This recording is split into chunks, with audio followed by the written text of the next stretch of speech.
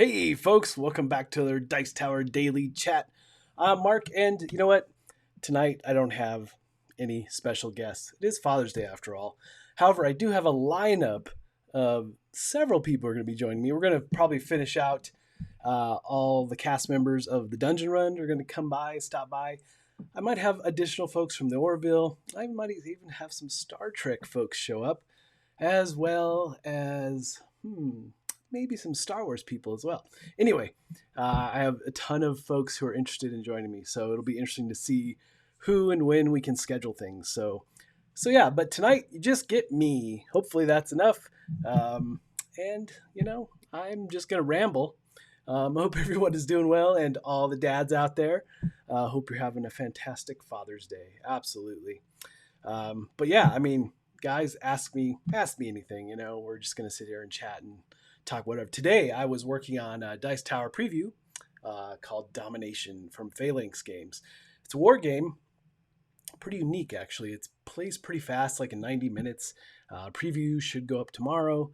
But yeah, it was pretty interesting. I really liked how the cards worked and how I have so many choices about how to use them with operation points and so forth. So yeah, it's interesting. I think it'll be a neat game.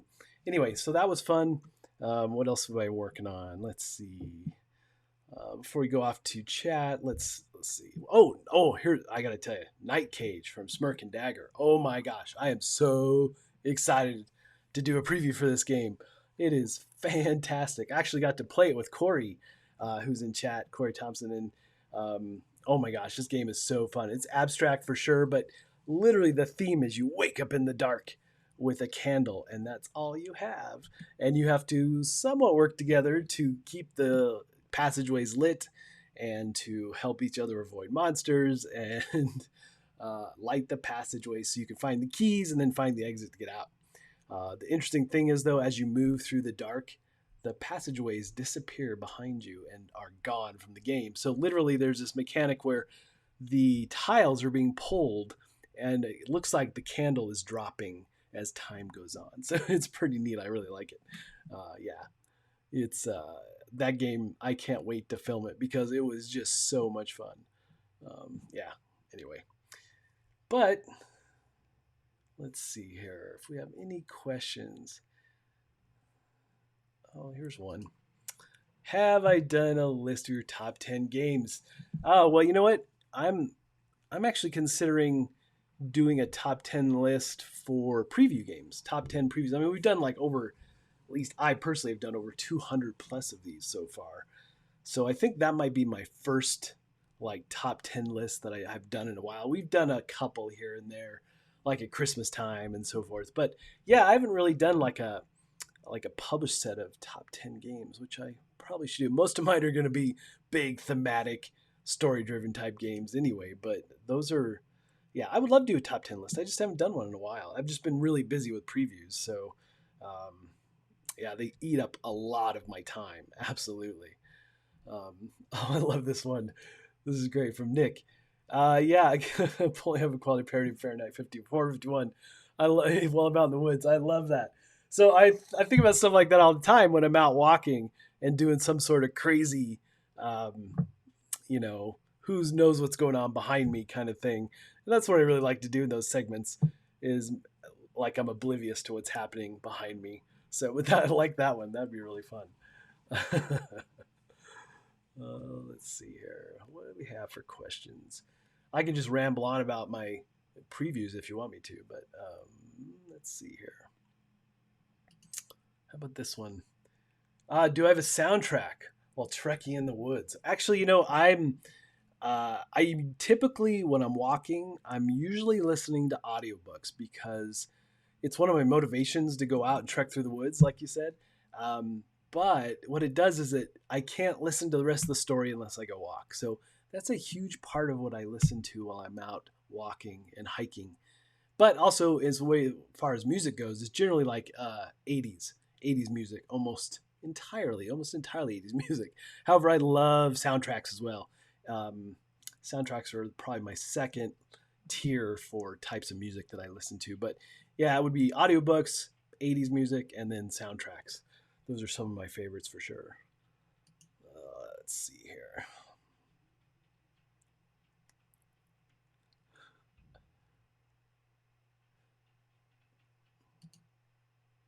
Oh, Kabuki Kid. Do I own a PS4? Yes, I have all.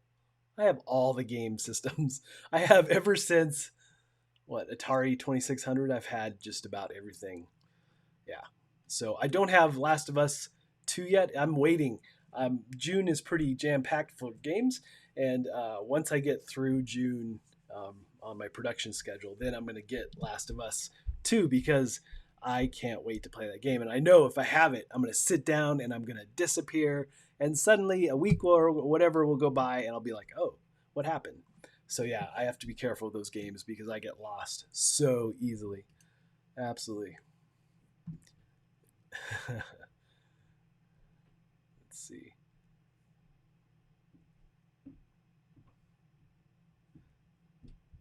Yeah, top previews, Corey. Yeah, I really want to do that. I think it'd be really fun. Oh, I like this one. Gator Dave, without naming names, have there been previews that have stretched your ability to sound excited about the game?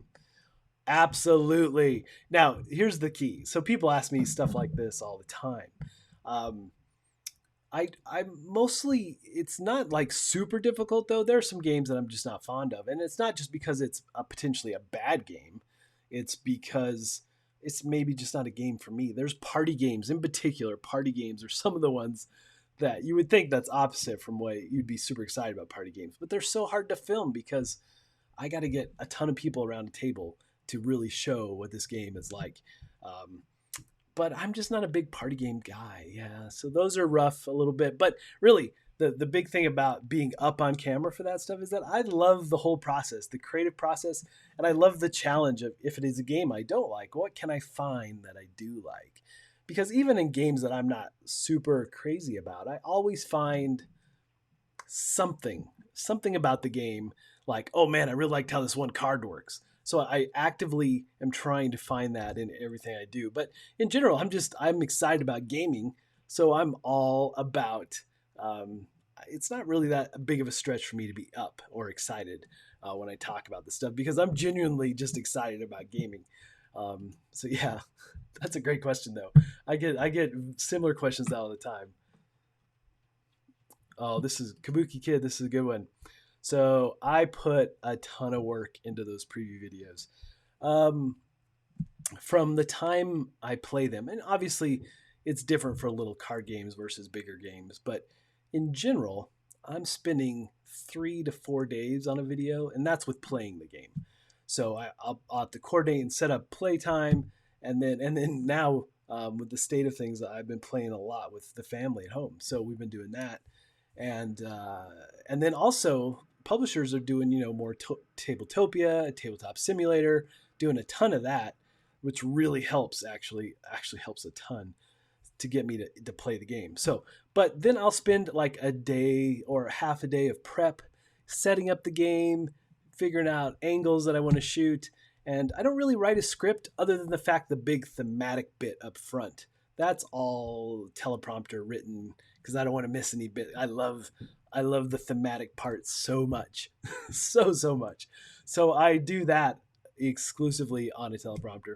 But other than that, I just run through like oh, you got to do one of these 5 things, and things like movement and draw cards and whatever. Generally, the rest of the game is it's pretty higher level overview, right? So I'm not really teaching how to play the game. I always tell folks that I want these videos to feel like, hey, I played a game last night. I'm going to tell you about it. Kind of like a show and tell for board games. However, the new spotlight ads that I do for crowd surfing, I love those because those are like movie trailers for board games. And I can just focus solely on the thematic part. I love doing those. So, but yeah, I'll spend anywhere from, on average 3 days up to 4, even 5 sometimes on some of those bigger games. But I mean, I for an 8 to 10 minute video, I spend probably more time than I should. I'm a bit of a perfectionist when it comes to that stuff, so I don't like to I'll go back and refilm stuff like 4 or 5 times because I want it to be perfect. And it's one of those things that, well, it's almost perfect. No, not quite. So I do that a lot. Yeah. But I love, again, I love that creative process and so forth. But, um, oh, I like this one. This is good. What is something positive that you think Kickstarter's brought to the hobby, and what is something negative? Oh, negative. In general, I like to avoid the negativity of pretty much all things. Uh, but it's a good question. For me, obviously, probably the negative is that maybe Kickstarter's turned a little bit too much into the pre-order system. Um, the positive, though, is that it still allows for like the little guys, and this is one of the things about previews that I like helping the smaller publishers out for do these previews because it gives them a voice to some degree, right? So that's something I really, really enjoy. Um, but yeah, I'm just amazed at where Kickstarter came from. I mean, it was this whole like, oh, I just have an idea, I'm going to put it up, and now we're at a point where, well, if you don't have actively finished 3D printed pieces and a fully beautiful board with all the artwork, then no one's going to back you, right? It's just an interesting transition where we came from, and so forth. But yeah, that was a good question. It was good. Um, oh, Corey, you know, Corey, yes. I'm excited for Star Wars Squad. Yeah, I need this like yesterday. I mean, my 12-year-old self is like losing it over the previews of that. Oh my gosh, I need it now. I also need to figure out how I'm going to play it. I don't really have the gear for it yet. So, but this will be my catalyst to finally get the gear to play something like this. Oh my gosh, it looks just incredible. The immersive nature of it. The thing is that I have a theater room in my basement, and it's not like super high end or anything, but games in general are like played at 120 inches. So VR has never been like a big, upfront thing that I needed because I'm playing on a huge screen and it feels pretty immersive. So, but this game, yeah, I need the VR experience for this one. Star Wars Squadron, absolutely. Cannot wait for that game. So good. Let's see. Yeah, I apologize. I'm gonna try to go through these comments. If I miss your question, don't feel free to ask it again, and so forth. Um, let's see here. Let's see. Do I read the rules? This is a great one. This is definitely okay. Kabuki Kid, this is good. Do you read the rules for previews and then reject them sometimes, or do you basically take anything that comes your way? Well, I take probably more than I should, just because I'm super excited about what folks are showing me. And generally, the rules aren't really the catalyst. I mean, I won't take on a game until I have the rules and I can look at them. That's definitely part of it. But it's funny because one of my big questions I ask folks in interviews is, so what is it about your game that makes you most excited? And if they can't answer that, or they're like, I'm not sure I'm going to be excited about your game. If you're not excited about it, I want to understand why you're super excited. And then secondly, I always look because these previews are more visually based than really a teach or super detail how to play. Or so I'm looking for prototypes that look good on camera. So that's one of the big things as well. And just games in general that will interest me. I mean, like this Night Cage, I saw this in a little video demo before they showed me full details from Smirk and Dagger. And oh man, I was like, yes, I want to do this right now. Let's do this video. So there's definitely more games that I get more excited about versus others. But again, I like being able to help as many folks as possible to give them a voice. And we're expanding the team. Keep an eye out for that. So we have the Kirby's helping out, and we're going to have some other folks joining. So I'm pretty excited to see where all this will go. It's pretty cool.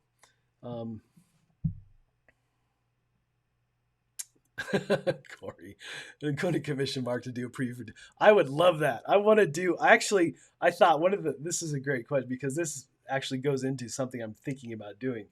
I actually bought a copy of Candyland so I could jump in and do a mock preview for Candyland and just see how good can I make this game look.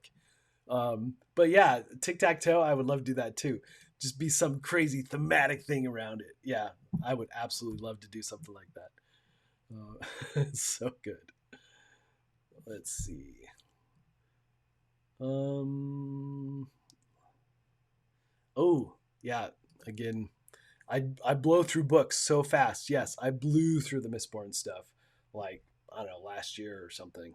But I literally, I mean, I walk on average 300 plus miles a month, maybe more sometimes, sometimes less, but generally 300 is the average. So you, as you can manage, every day I'm walking 2 hours, 2 hours and 20 minutes, something like that. So I move through audiobooks pretty quick, and my listening library is just huge. So yeah, I love and I love his Reckoners series. You know that was so good. So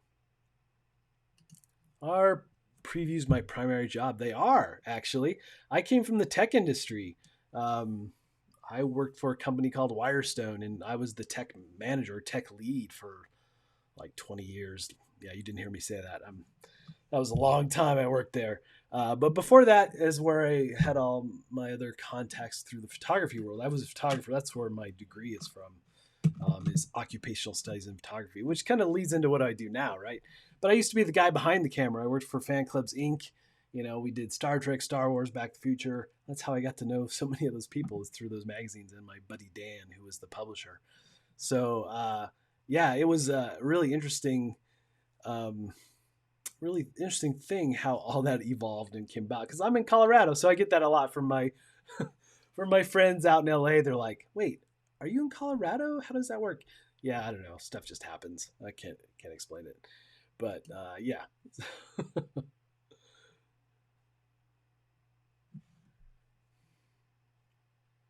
Let's see here.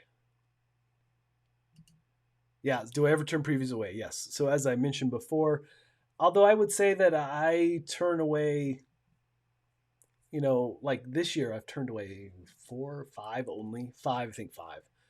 Some are related to this is does not look good. You need to go back and rethink some things, or I just don't have time. As you can imagine, Dice Tower previews are a huge draw. I mean, I mean, literally, if you could see over my monitor here, I literally have prototypes floor to ceiling. And every like 3 to 6 months, well, every 3 months, really, I need to clean these out because my basement is becoming overrun with prototypes. So yeah, I mean, I do turn them down, but I try, like I said, I like to help as many folks as possible. But there are reasons and times where we have to turn stuff down for sure. Let's see. Oh man, so many great questions. Kabuki, you're hitting it out of the park. Yeah, have been all-time favorite games that you've done a preview for. A game you genuinely loved. Reckoners. Of the early ones I did, Reckoners 100%. Oh my gosh, I love that game so much. I really like Monumental a lot. Trying to think, there's been so many. Um, Night Cage, obviously, again, I'm super excited about that one upcoming. What else? There's and then I did some of the Simon stuff, Starcadia Quest, and what else? Oh man, drawing a blank. It's like I'm doing the test. Yeah, I mean the big one that always comes to mind for me though is Reckoners. I mean I didn't even know anything about the book series when that one fell into my lap. Um, and so prepping for that game, I actually blew through the first book, and then playing it afterwards, I was just totally sucked into it. I loved it so much, and the game is totally plays that first book. Oh man, it's just, and the components and level of quality and Reckoners is just so good. I can't wait to see what else they do with that game, and for like the subsequent books, how they can expand it and so forth. So that's definitely one. And there's others, I'm sure. I need to go. I'm actually starting to compile my list for doing that top 10. But right off the top of my head, I can't think. I mean, like, literally, I have like four rule books on the brain at the moment as I'm getting ready to film this week. So let's see here. I'll have to really look at that, though. I mean, I still need to do that. Corey.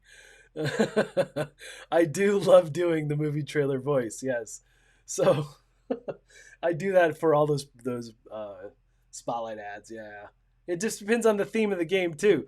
I mean, I'm all like in a world where, yeah, I love that stuff so much. I love to do the Batman voice, so to say, for movie trailers. Yes. Adobe Premiere all the way, 100%. So that's what I do all my editing in for sure. And of course Photoshop, the whole suite of tools really.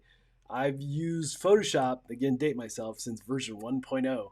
So all these tools I've been using for a long time, from what was my day job to now. I did video stuff for Wirestone as well. So I learned everything about Adobe Premiere and all those tools through Wirestone.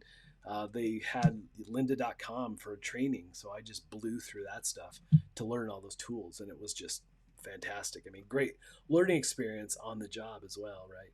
But I use the tools every day of my day job working experience through Wirestone, so I got to know them really, really well. Let's see. Oh man, I'm way behind here. Okay, let's see. Oh man, any tips for beginners in model kit building? Oh, you know what? I am not a great model kit builder. I am not the one to ask about that. So, if you looked at like Legends of Signum, that particular video, or those couple that I did for them, yeah, I had to assemble all those miniatures and models and so forth, and it's so time consuming, and I'm like up against the production schedule to get them done, and but I'm just not super great at that. Now it's funny because I used to do 3D modeling all the time for different projects. I love building stuff that way, but I've just never been. I mean, as a kid, I was a model builder, and I guess as far as model building goes, I'm all about Legos, though. Yeah, absolutely, and specifically Star Wars Legos. I've got a ton of the big model kits. I even have the giant Falcon that I did through a streaming service. They actually bought it for me to build on the stream, which was really cool. That was for caffeine. But yeah, I mean, as far as model building, that's what I mostly focus on, is like Lego related stuff. Uh, yes, Corey. All right, I'm putting this up on the screen just because you said you'll send me some VR. Yeah, right here, proof positive, right here. Yeah, man, I need to get all the gear for that because I cannot. That's the game I've always wanted. You're right, 100%. Oh my gosh, it looks so good. Oh, I love this because I don't get to play very many published games. Yeah, it's pretty rare. I'm literally prototypes almost every day, and my family's starting to get pretty tired of it. I used to have a Tuesday Thursday night group, and we haven't been able to get together for obvious reasons. But so they're getting kind of tired of like another new game. I'm like, yes, this is my job. So yeah, it's the last. Let's see, what did I play recently? Well, the most recent thing that I played that is published was Monumental. I had to play it again for the expansion and so forth. But unrelated to previews.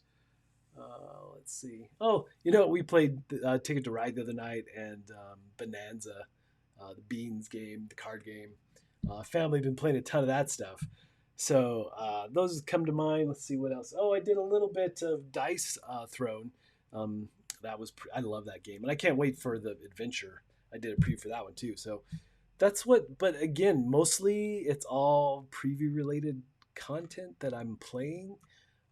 It's so rare that I get to play published games because I'm either reading the rule books, and sometimes I'll take the rule books and just go sit, at a park somewhere and blow through like five of them, just to get early prep into things and to kind of just get geared up for that particular game, and just at least to get an idea of what it is. And so when I get it to the table, I'm like, oh yeah, I remember some of this. Um, and I mean, literally right before this, I set up a game that I'm filming in the morning, that just prepping for filming tomorrow. So I mean, today I spent on Father's Day, I spent filming one game and then prepping for the other one tomorrow and getting ready for the stream tonight. So, but yeah, I people always ask, "Oh man, don't you get tired of playing prototypes?" Not really. I still have quite a bit of fun with those. So, yeah, yeah, 300 miles a month. That's about. I blow through shoes as well, Kabuki. Um, yeah, I always try to make the rounds. So I'll call folks. Like I'll call Corey, or I'll call some of my other friends. Like Peter and I talked before we did the stream. He was my first one to come do the chat, and from the Orville. Him and I will talk sometimes, and I just try to like hit a round of folks and talk to everybody. It's a really great way. I actually do a lot of meetings that way too. I'll meet with folks about previews and have them tell me about their game while I'm out walking. It actually is a really great way because I can get a lot of info while I'm out on the trail. So yeah, hello everybody, just joining. Thanks for stopping by. I appreciate it. Again, happy Father's Day to all you fathers out there and so forth. Let's see. Love the Reckoners. Yes, absolutely, Dean. Reckoners, so good. Oh, Kabuki, you're great stuff. What is the last good sci-fi I watched? Wow, that's really good. Let's see. I don't know that I have a last good one. Maybe it was last year. We've been watching a lot of like some B movie stuff. Was it Jurassic Games we just watched, which was not good, but it was hilarious. What else? Oh, we watched Trimmers last night. I showed it to my daughter who had never seen it, so things like that. I have not been keeping up with series lately. I've not been good about that because I've been so busy. Um, just it's one of those things like, oh, I could watch a movie or I could go prep for the next game, and usually the game wins out. But yeah, I need to take more time and do stuff like that. It's an interesting phenomenon working from home like that. Is the fact that I always feel like I'm on or working, which is a whole different thing because I was a 9 to 5 guy for 20 years. So it to some degree I never feel like I'm working, right? It's an amazing job and I feel super fortunate to get to do this as my full-time work. It's just I'm blown away that people like my videos and get to do those things. It's just really, really fun. So let's see here. What else we got? Try to catch up. Sorry guys, I'm a little behind. Oh, this is a good one too. Liz, yes. What do you do with the extra games when you were done? Are the prototypes not good? Allowed for general distribution? So yeah, I try not to have those games like appear, out in the world. Like I would never put them up for somewhere where you could go buy them or something like that. That would never happen. However, I will take them over to the Haunted Game Cafe, our local cafe, and let folks there try them and play them. But they never will leave there or my place. So either they collect dust in a corner here, at least for now, or they get sent back to the publisher, which happens a lot. We do push these prototypes all over the place. So I would say out of 10, at least 6 or 7 of them get sent back somewhere. And then I've got 3 or 4 that are hanging around from before. But yeah, I'll give family and friends a chance to go play with them and do different things, with those different prototypes and so forth. It's interesting too because, the prototype rule books can be rough, right? So I'm always really interested to hear their feedback when they sit down to try to play and go through some of those rule books. But yeah, so it varies. And like I said, most publishers want you to send them back or send them off to somebody else to look at. So that happens quite a bit. Let's see. Yeah, Liz, thanks for being here. Let's see.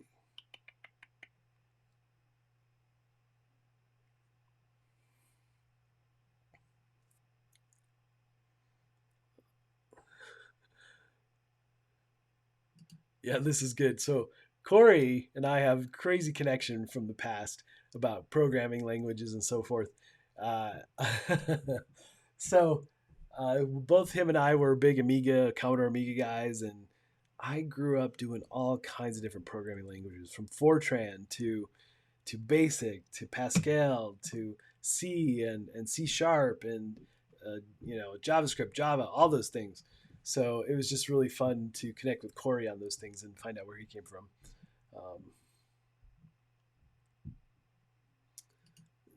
Nick, yeah, you know what? I don't remember what Adobe was really doing before.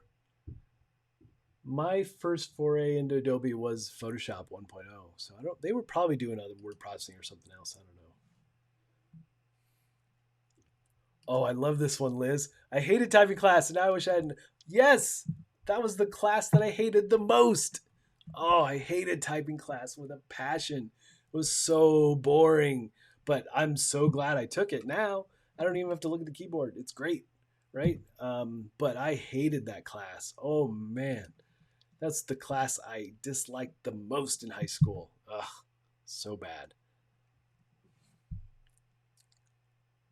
Oh, yes, Lego question.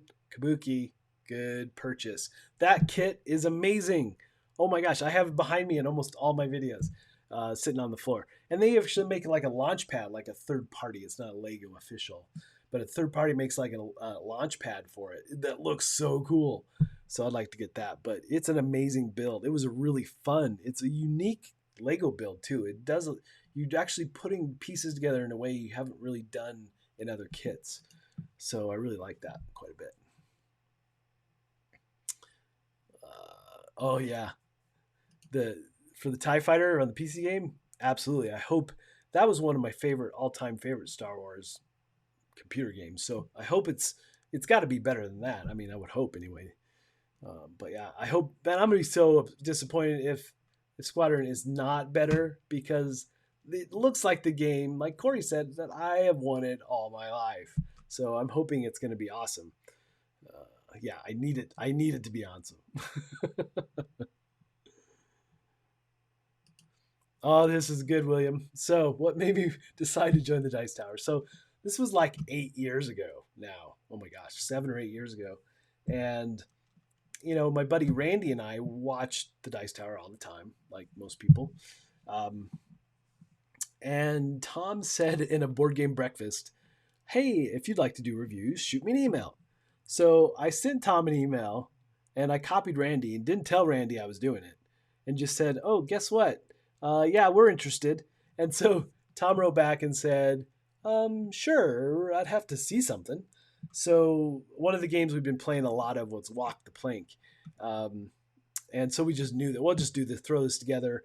The At the time, using the Board Game Corner name for all my stuff, and we threw all the name and a logo together in like 15 minutes, and so forth. So, and then we filmed our first video, and let me tell you, sitting in front of the camera that first time was rough.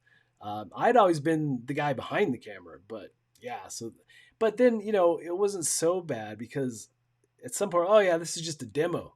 Tom just wants to see an example.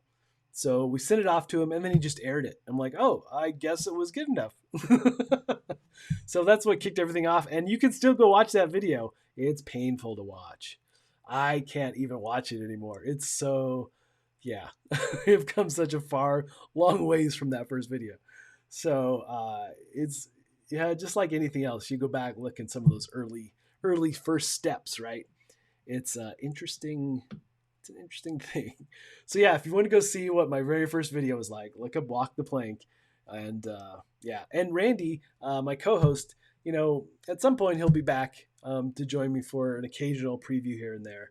So I don't know when that will be, but at some point. So let's see. What else do we have?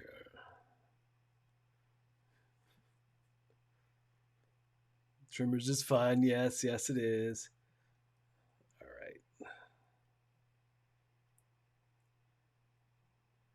Ah, yes. How large is my non-prototype board game collection? I pared it down. I had like over 500 games. Yeah, way too much. So now I'm in the 300 range mark, which is still literally too many games. And now I'm having to try find places to store everything. It's getting a bit out of control. So mostly because of all the prototypes on top of the regular published games. That's all right. It's fun. I love it. Not complaining. It's amazing how quickly it overtakes everything. And then I periodically, I would say probably once a year, I'll go through and did we play that all this year, and I'll pull it out. And usually my games get donated to the Haunted Game Cafe for almost everything I do. I haven't really sold any. I mostly just donate them to folks or give them to friends. But I like doing that better. Or maybe I'll just use them for giveaways, which I love doing giveaways. I love when folks will do that. So our publishers will sponsor giveaways. So look for that. I always do that over social media or something. I do a fair amount of that. So, which I'm about to do. It's been a little while now. And I actually have some stuff that we can do for giveaways. It'll be really fun. Let's see. Yeah, Liz, I would need a second house for all of the prototypes. Literally, the basement. At this point, my basement is starting to look like a 12-year-old's bedroom because that stuff is everywhere. And of course, Legos everywhere. But, in reality, I'm actually only 12. So,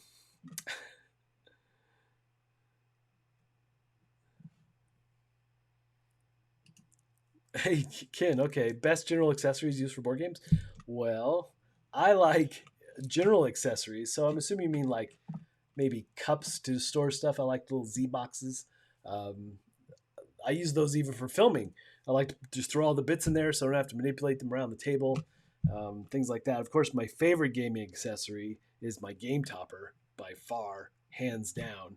Best thing I've ever gotten for board gaming. Oh my gosh. And not only that, but the game topper is the ultimate way to build Legos because nothing falls on the floor. It's so, so good. And all gaming tables are recessed, but for me personally, it just is awesome. I don't really have like just a whole set of general accessories though. If I'm gonna have any kind of general accessory, it's probably related to storage or ease of setting up, making the game easier to set up or things like that. Um, and obviously, like a lot of people, I've got a ton of dice. I've got a ton of cubes that are accessible for games and for prototypes when I need to have an extra cube for something. So that's definitely a thing. Kabuki, COBOL. I haven't done any COBOL forever.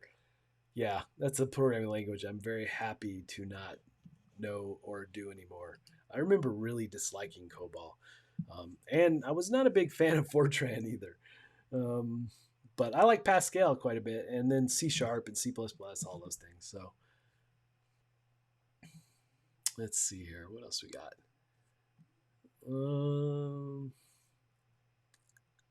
I'll never play Elite. Yes, Kabuki, I did. I absolutely did. I had all that old stuff. I'm back in the days of the Commodore PET on the green screen, where you're playing like the equivalent to D-Trek and things like that, where using like asterisks were mines that you would run into and so forth as you move across space. Oh yeah, and then there was the Corey and I were just talking about this the bulletin boards back in the day that you would dial into playing games like Trade Wars and so forth. Yeah, that was pretty awesome. Um, Definitely. Let's see. Yeah, Elite was I really enjoyed Elite. That was really good. Let's see here. What else we got?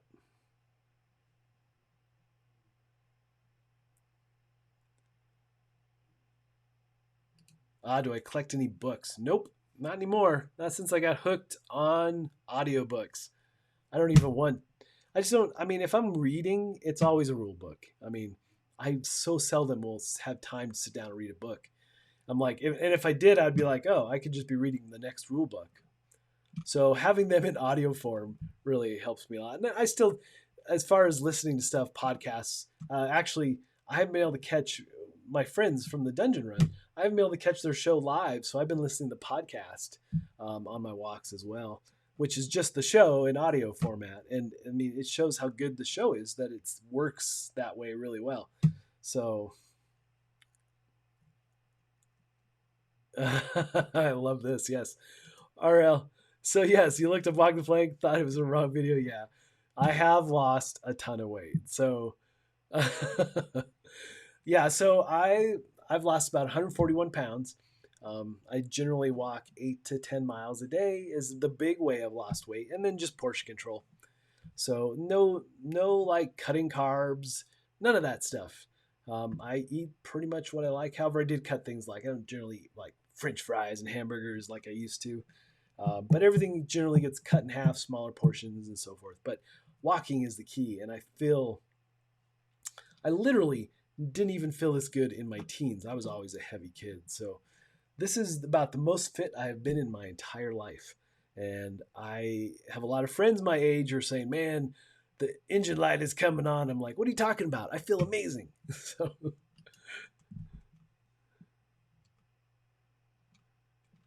let's see. Oh, yes, this is a great one, Nick. Ever approached with separate prototype games that were incredibly similar to each other? Yes, I absolutely reach out to both publishers when that happens. And it might not even be something I realize until I get basically in my queue, like the next couple days I'm working on it or something. Because I'll look at something from the surface view, right, when I meet with them, or I'll skim the rule book just to kind of look it over real quick. Um, but yeah, there's been a couple, and it was mostly, I haven't had anything recently like that. Trying to think what the last one was. Shoot, I can't remember, but I know. Oh, there was one. What was that? There was something that was very pandemic like. There's, but I mean that happens with published games too, I guess. But as far as prototypes go, there's been a couple card games and specifically that had very similar mechanics, drafting and so forth, that were just very really scary close. And I think I might have a couple games coming up. They're going to have some of that closeness related, but it doesn't happen as much as you might think. I mean, a lot of the games will come across my desk and will be like, huh, you know, this one part of the game is the same as 2 games ago that I worked on. But again, I mean, we're getting to the point where there's deck building, there's drafting, things like that. So it's just different how people put them together and so forth. Um, Kabuki. More, yes, basic Commodore VIC. I had the Commodore VIC 20, I had the Commodore 64, I had the Amiga 500, the Amiga 1000, I had the Amiga 3000, and I actually had an Amiga 2500. That's right. So yeah, so I went through that whole gambit. I was definitely a Commodore kid, big time. Oh my gosh, hugely.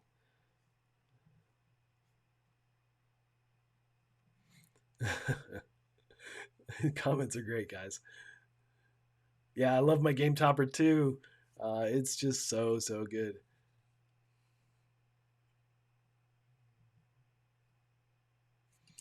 This is good. How do you see bright side of tech in fantasy war games? So I'm a tech guy, so I love apps and things like that when that gets introduced to the game, especially in a way that it enhances the game. I mean, like for Mansions of Madness, I love how the puzzly aspects and how the fog of war works in that game, because literally you would spend a whole day of prep for Mansions until the new version came out. And now I've gotten people who have never played it up and running in 10 minutes. So I love when apps can really enhance the game and so forth. Now, as far as other things like um, doing like sound effects and increasing just the audio visual aspect of games, I would love more of that. Yes. I think those are really anything to basically suck you into the game, increase that experience, or that that situational type of awareness that you might have in a like, oh, it's a foggy night or whatever. I actually did some of that in like some of my D&D campaigns way back in the day. I'd bring in a fog machine, or I would do 3D renders of the wherever they were out in the campaign, anything like that. So a lot of folks don't like apps jumping into games and so forth, but I love experiencing the new tech. There's some new game boards that are like, digital boards, and you move pieces on the digital boards and so forth. So I'm really intrigued by all that. I don't know anybody's nailed that or knocked out of the park yet. Not that I'm like super excited about really. Um, but I am excited to see where it goes, because it's just like first steps, right? But I'm totally in for that stuff. Absolutely. Cause like I said, I'm a huge tech guy. So I love every time that gets put in there. Um, absolutely. So I love. We're still got. Oh, I'm probably just behind, but it's all kinds of coding related questions and chat, and that's awesome, guys. Still more Fortran. Oh, yuck. Oh yeah, Corey. So let's talk about some of my favorite audiobooks, right? So Reckoners, right? I mentioned was one. I really my current like favorite series that's ongoing is Expeditionary Forces, and the first book is Columbus Day. I love this story. It's about aliens invading our world and how big the universe is, full of life and so forth. But they invade our world, and the Marines that head off, one of the Marines, his name is Joe, and he gets hooked up with this cylinder. It looks like a beer can, basically, but it turns out it's this advanced elder AI. And their banter between the two in the books, it's so seldom that I'll be walking on the trail listening to something and it causes me to laugh out loud. Those books all the time. The banter, the dialogue in those books is just so fun. You got to check them out. So Expeditionary Forces, those are some of my favorite audiobooks, absolutely. Um, but and the narrator, oh, and we can't forget Eric Summer, because Eric and I he sends me all like, "Oh, I have a new book coming out." And I'll be in the middle of something that he recorded like, I don't know, 3 or 6 months ago. And I'll text him and I'll say, "Dude, I can't believe this happened." And he'll be like, "What are you talking about?" I said, "This in this book." And he's like, "Oh, right." So I love listening to Eric. Is so good with the characters in books too, right? He does an amazing job. If you have not heard Eric do audiobooks, you have to go look up everything he does on Audible. And obviously, for me in particular, I'm looking at all the sci-fi titles. He does a bunch of other titles that I don't listen to. But yeah, all the sci-fi fantasy stuff, pretty much all those books. And what's really fun is he did uh, the Headless Horseman books. And the really fun thing about those books is that because of Eric knowing the author, and I got to know the author a little bit, and he put me in one of the, like, book 2, I think it is, of those Sleepy Hollow books. Um, I'm like a fireman. I'm like one of the firemen at the Sleepy Hollow fire station. So it was pretty awesome.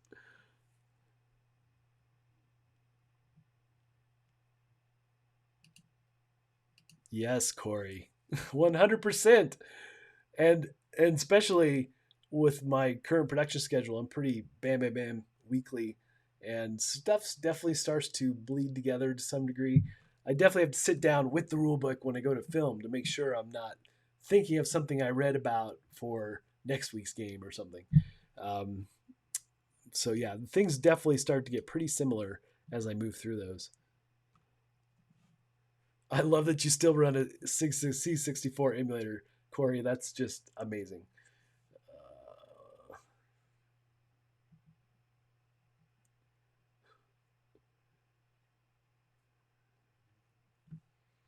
Liz, yeah. So I still get surprised. I mean, especially with this like Night Cage that's coming up. I keep talking about it because I'm that excited about it.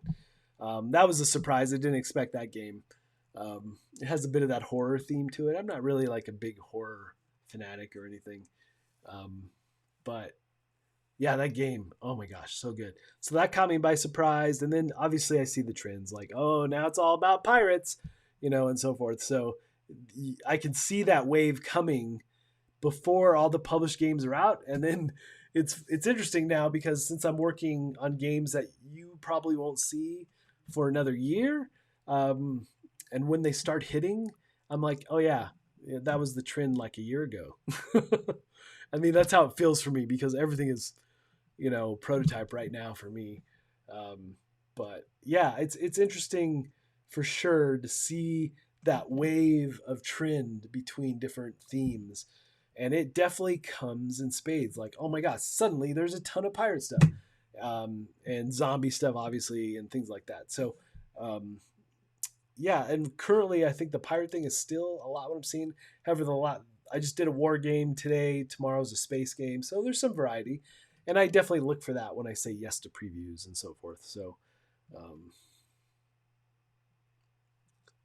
yeah, there's definitely real quick back to the fine line between benefits of tech and game. Yeah, there's definitely that fine line. You can get too carried away too far, and then you're like, why do I even need the board game? You can just do it all here in the app. Yeah, that happens. But I'm super excited about tech and games. I want to see more and more of it. Let's see. What else do we have here? Uh, oh,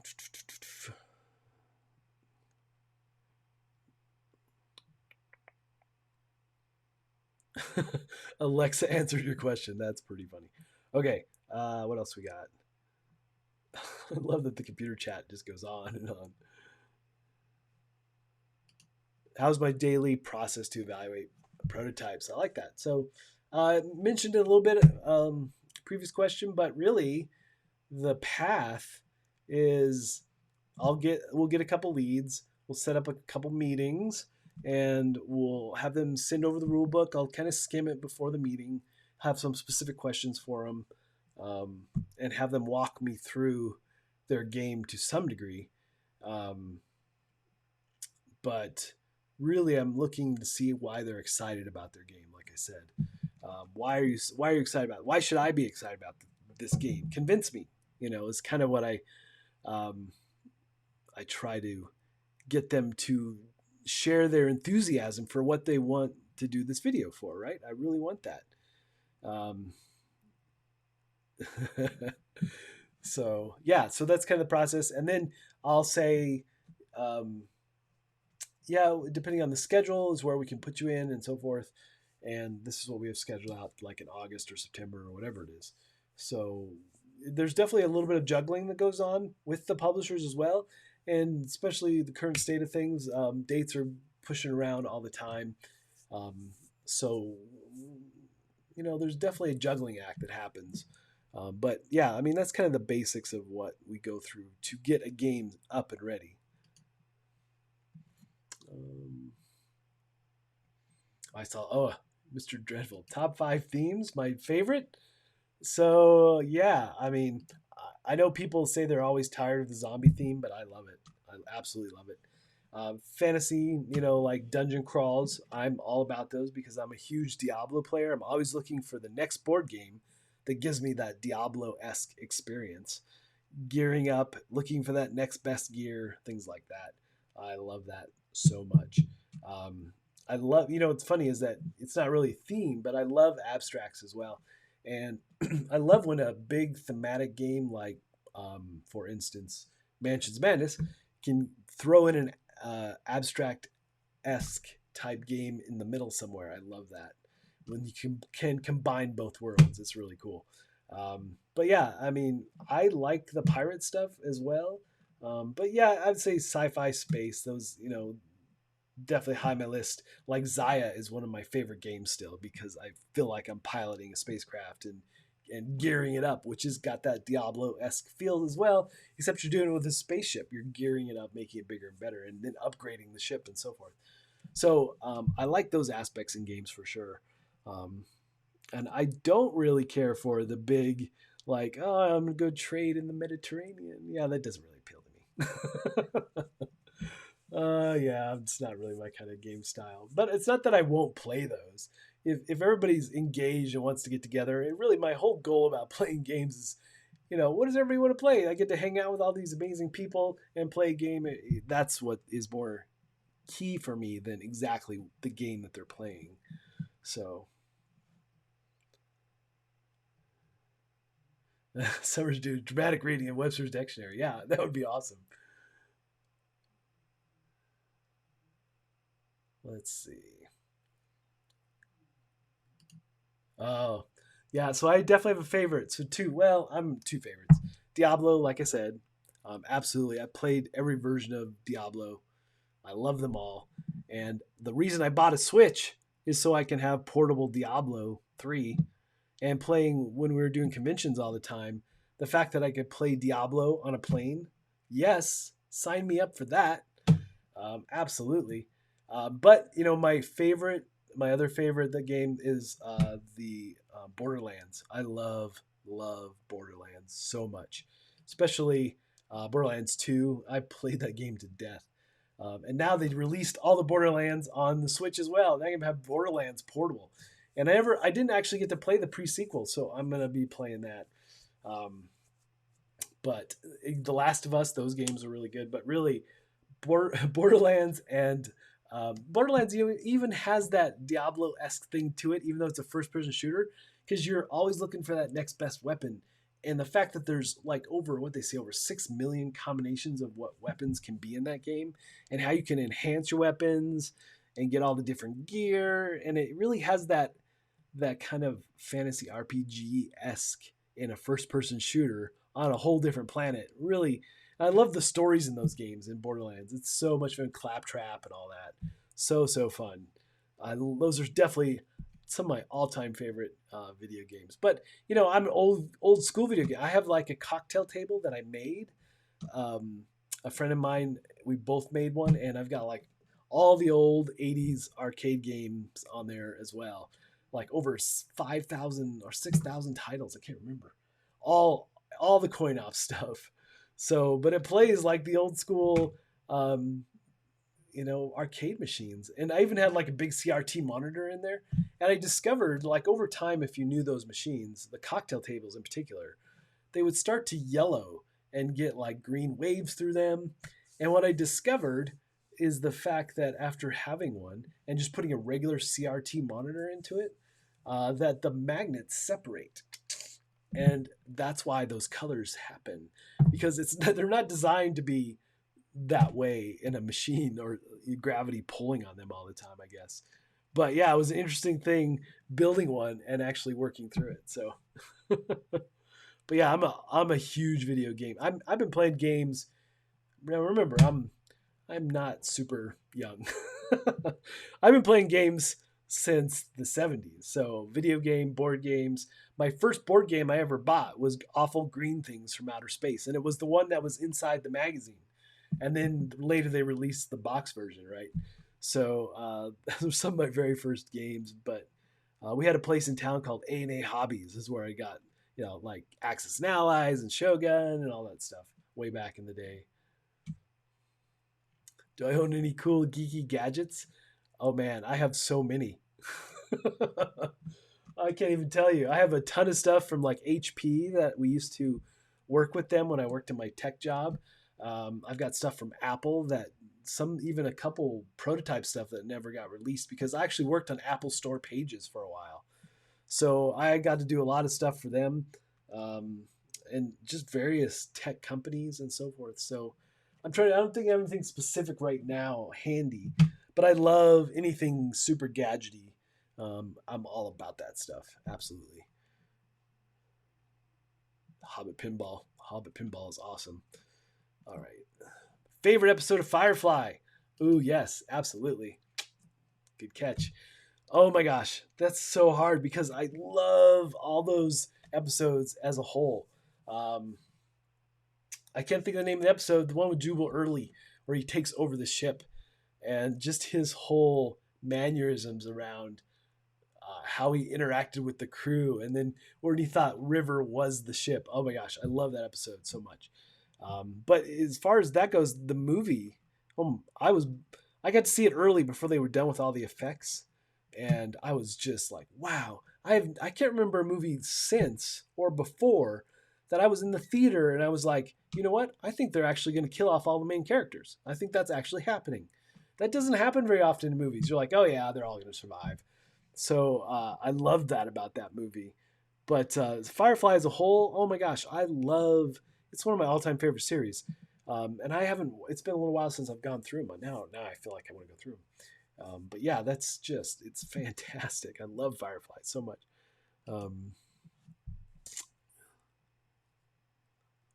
Let's see. We're down. How does it already an hour? That's crazy, guys. What is happening? Let's see. The other thing about Diablo, I've been really impressed because I played it on the PC as well. I've had like Diablo in all the versions, but I'm really impressed with how they configured it for consoles. I mean, you can play really well with all those tools. With tools, with all the controllers and everything on a console. They actually did a really amazing port of how to make all that stuff work. Really good stuff. You've got an Enigma machine? What? Corey, you did not tell me about this. I need to see this.